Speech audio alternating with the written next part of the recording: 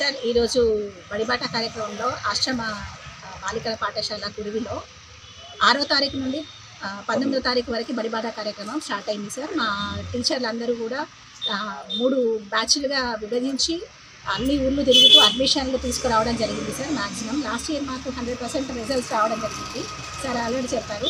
ఇక భోజన విషయానికి వస్తే రుచికరమైన భోజనం సార్. మార్నింగ్ స్నాక్స్ ఉంటాయి, రాగి మాల్ట్ నుండి మార్నింగ్ టిఫిన్ ఉంటుంది సార్. మధ్యాహ్నం లంచ్ 2 కూరలు, పప్పు, సాంబారు, మజ్జిగ.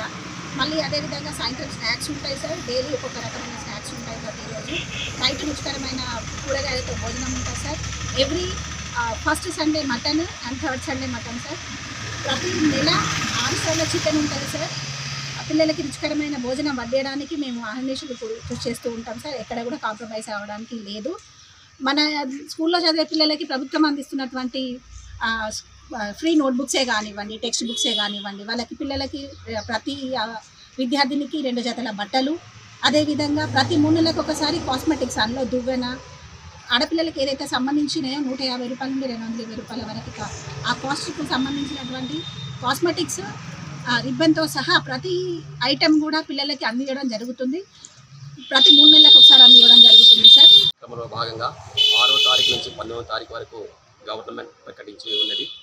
ఈ ప్రకటనలో భాగంగా మా ఆశ్రమ పాఠశాల కురివి బాలికలు ఈ పాఠశాల యందు పోయిన సంవత్సరం అంటే 24-25 సంవత్సరంలో రిజల్ట్ 66 మంది పిల్లలు ఉంటే 66 మంది పాస్ అయి ఉన్నారు. 100% రిజల్ట్ వచ్చింది. అలాగే 500 మార్కుల కంటే పై మార్కులు సాధించిన పిల్లలు 15 మంది ఉన్నారు.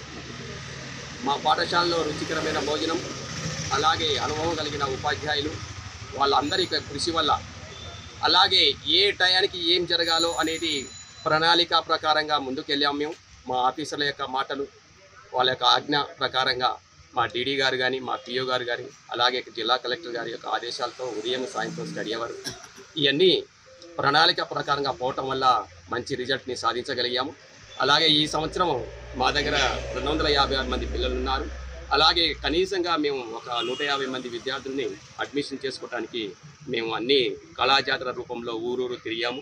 అలాగే ఇవాళ నుంచి కూడా ఒక 50% టీచర్స్ స్కూల్లోనే ఉండి మిగతా 50% టీచర్స్ ఆటోమేటిక్గా ఇప్పుడు మేము బ్యానరు, ఫ్లెక్సీ అన్నీ తీసుకొని బయటికి వెళ్తూ ఉంటాం.